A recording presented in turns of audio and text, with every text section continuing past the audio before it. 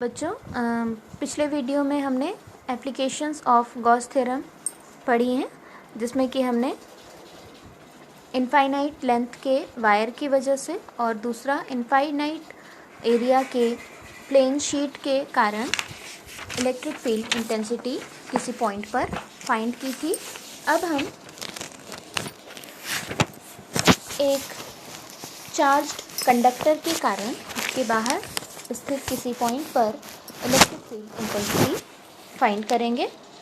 तो यहाँ पर एक चालक दिख रहा है जिसको हमने Q चार्ज दिया हुआ है और इसका जो सरफेस चार्ज डेंसिटी है वो सिग्मा है। तो जब हम किसी कंडक्टर को चार्ज देते हैं तो वो चार्ज उस कंडक्टर के होल सरफेस पर डिस्ट्रीब्यूट हो जाता है और ये कंडक्टर की दो सरफेसेस हैं। यहाँ पर हम देख रहे हैं सरफेस 1 एंड सरफेस 1 इधर वाली और सरफेस 2 इधर वाली। दोनों तरफ ही सरफेस की charge densities sigma. First surface के कारण पॉइंट P पर इलेक्ट्रिक फील्ड इंटेंसिटी E1 है, जो कि सिग्मा अपॉन 2 एप्सिलॉन नॉट के बराबर है। और इसी तरह सेकेंड फेज की वजह से भी P पॉइंट पर इलेक्ट्रिक फील्ड इंटेंसिटी E2 है, वो भी सिग्मा अपॉन 2 एप्सिलॉन नॉट के बराबर ही है। और इसलिए जो रिजल्टेंट E है P पॉइंट पर वो E1 और E2 को ऐड करके मिलेगा। और E1 और E2 चूँकि सेम डायरेक्शन में है तो यहाँ इनका सिंपली सम हो जाएगा। अगर हम केवल मैग्नीट्यूड लें तो E will be equal to E1 plus E2, और E1 और E2 की वैल्यूज़ हमको पता है सिग्मा अपॉन 2 एप्सिलॉन नॉट। दोनों को ऐड करने पर हमें E की वैल्यू मिल जाएगी सिग्मा अपॉन एप्सिलॉन नॉट। तो किसी चार्ज्ड कंडक्टर की वजह से उसके पास किसी पॉइंट पर electric field intensity sigma upon epsilon not के बराबर होती है। इसके बाद हम बात करते हैं इलेक्ट्रिक फील्ड इंटेंसिटी दो अपोजिट चार्ज्ड पैरेलल प्लेट्स के कारण। ये दो प्लेट्स हैं, एक पॉजिटिवली चार्ज प्लेट है, दूसरी निगेटिवली चार्ज प्लेट है।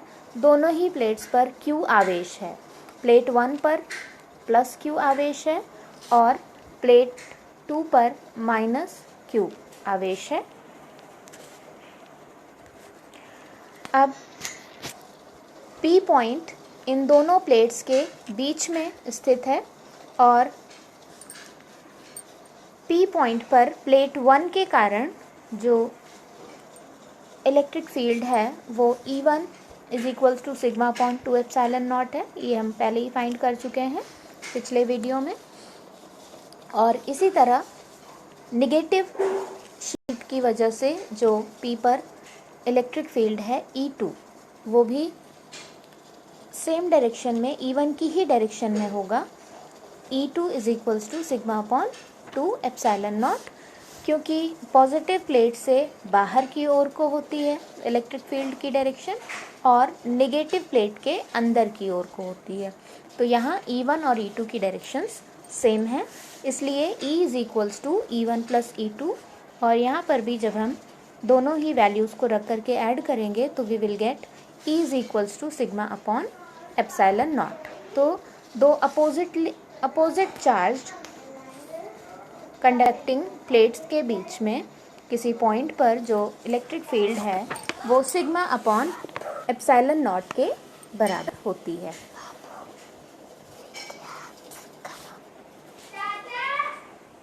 इसके बाद हम बात करेंगे इलेक्ट्रिक फील्ड इन्हीं दोनों non conducting opposite charge plate के बाहर की तरफ किसी पॉइंट पर।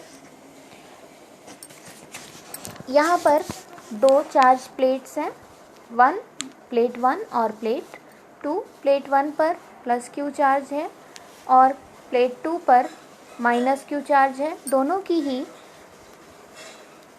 सरफेस चार्ज डेंसिटी सिग्मा है और दोनों के कारण पॉइंट P, जो कि दोनों नॉन कंडक्टिंग प्लेट्स हैं, इनके बाहर पॉइंट P स्थित है। तो पॉइंट P पर प्लेट 1 की वजह से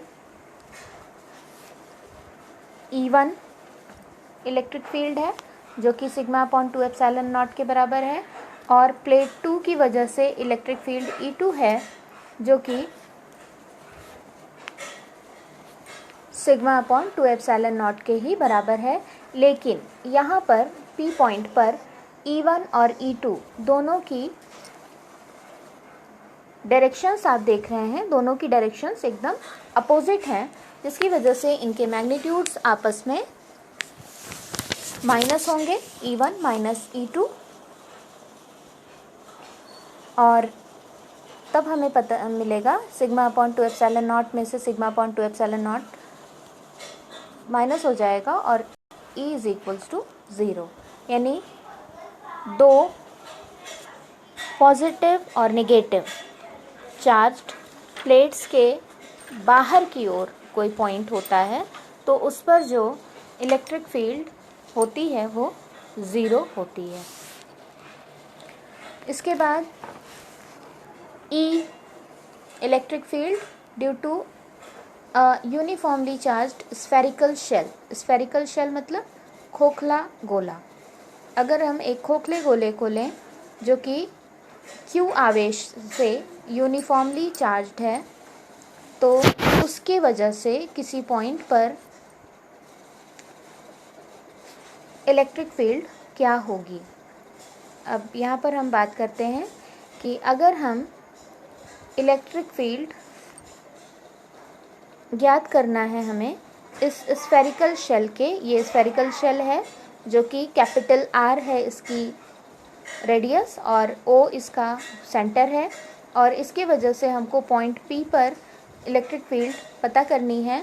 और पॉइंट P जैसा कि आप देख रहे हैं कि ये स्फेरिकल शेल के बाहर स्थित है। तो पॉइंट P से ही होता हुआ एक गॉसियन सरफेस, जो आपको डॉटेड स्फीयर दिख रहा है, ये गॉसियन सरफेस है, ये हम खींचेंगे और इसकी त्रिज्या स्मॉल r है। अब P पॉइंट पर हम एक सरफेस एलिमेंट dA मानेंगे। dA वेक्टर और E वेक्टर की डायरेक्शंस सेम है, जिसकी वजह से dA वेक्टर से गुजरने वाला electric flux E.dA = simply EdA।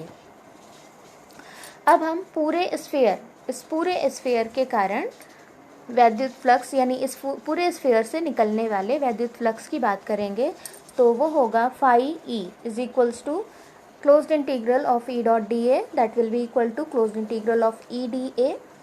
और जब हम closed integral of dA निकालते हैं तो ये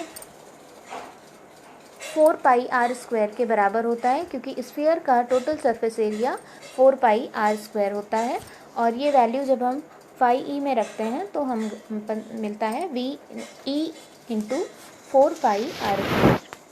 हमें गॉस थ्योरम से पता है कि phi E = Q/ε0, और इन दोनों वैल्यूज़ को हम इक्वेट करेंगे, और इक्वेट करने पर हमको E की वैल्यू मिल जाती है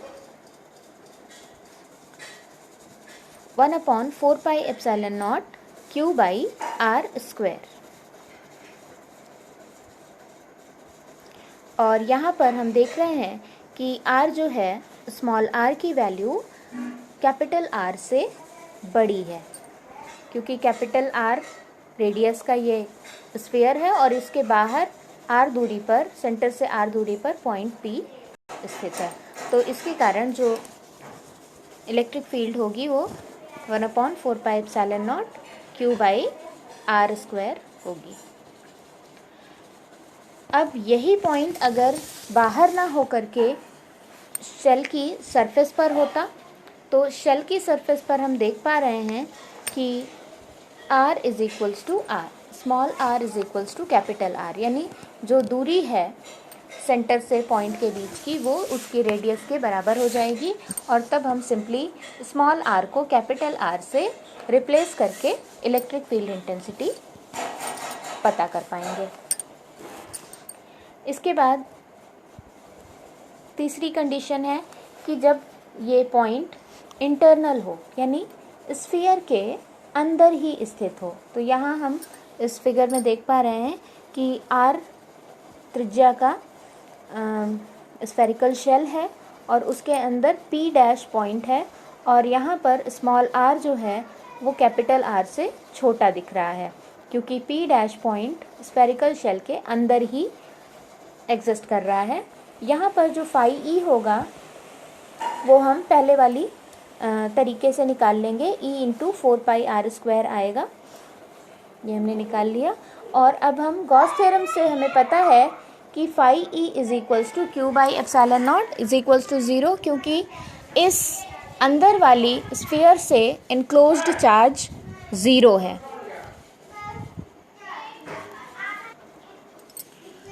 तो यहाँ गॉस थ्योरम की वजह से जो क्यू बाई एप्सिलॉन नॉट है, चूँकि क्यू 0 है इसलिए phi E is equals to 0, और इसलिए हमको मिल जाएगा E इज इक्वल्स टू 0। यानी खोखले गोले के केवल ऊपरी सतह पर चार्ज डिस्ट्रीब्यूट होता है, उसके अंदर कोई चार्ज नहीं रहता है, इसलिए इस स्फेरिकल शेल के अंदर की ओर कोई फील्ड नहीं होती। अब हम अगर ग्राफिकली रिप्रेजेंट करना चाहें तो ये हमने स्फेरिकल शेल बनाया है जो कि r त्रिज्या का है, और इसको q प्लस q आवेश से दिया हुआ है। तो यहाँ पर जो E वाली एक्सिस है और एक R वाली एक्सिस है। तो R वाली एक्सिस पर हम देख रहे हैं कि इसकी सेंटर पर E 0 है और सेंटर से लेकर के त्रिज्या R तक के 0 है E की वैल्यू, और फिर R पर यानी इसके सरफेस पर मैक्सिमम है, और सरफेस पर मैक्सिमम होने के बाद ये gradually E is proportional to 1/r² के आधार पर ये घट रहा है कर्व। तो ये अब आपको साफ साफ दिख रहा है। तो यानी कि पहले तो जहाँ तक स्फेरिकल शेल है अंदर की ओर इसके E 0 है, उसके बाद इसके सरफेस पर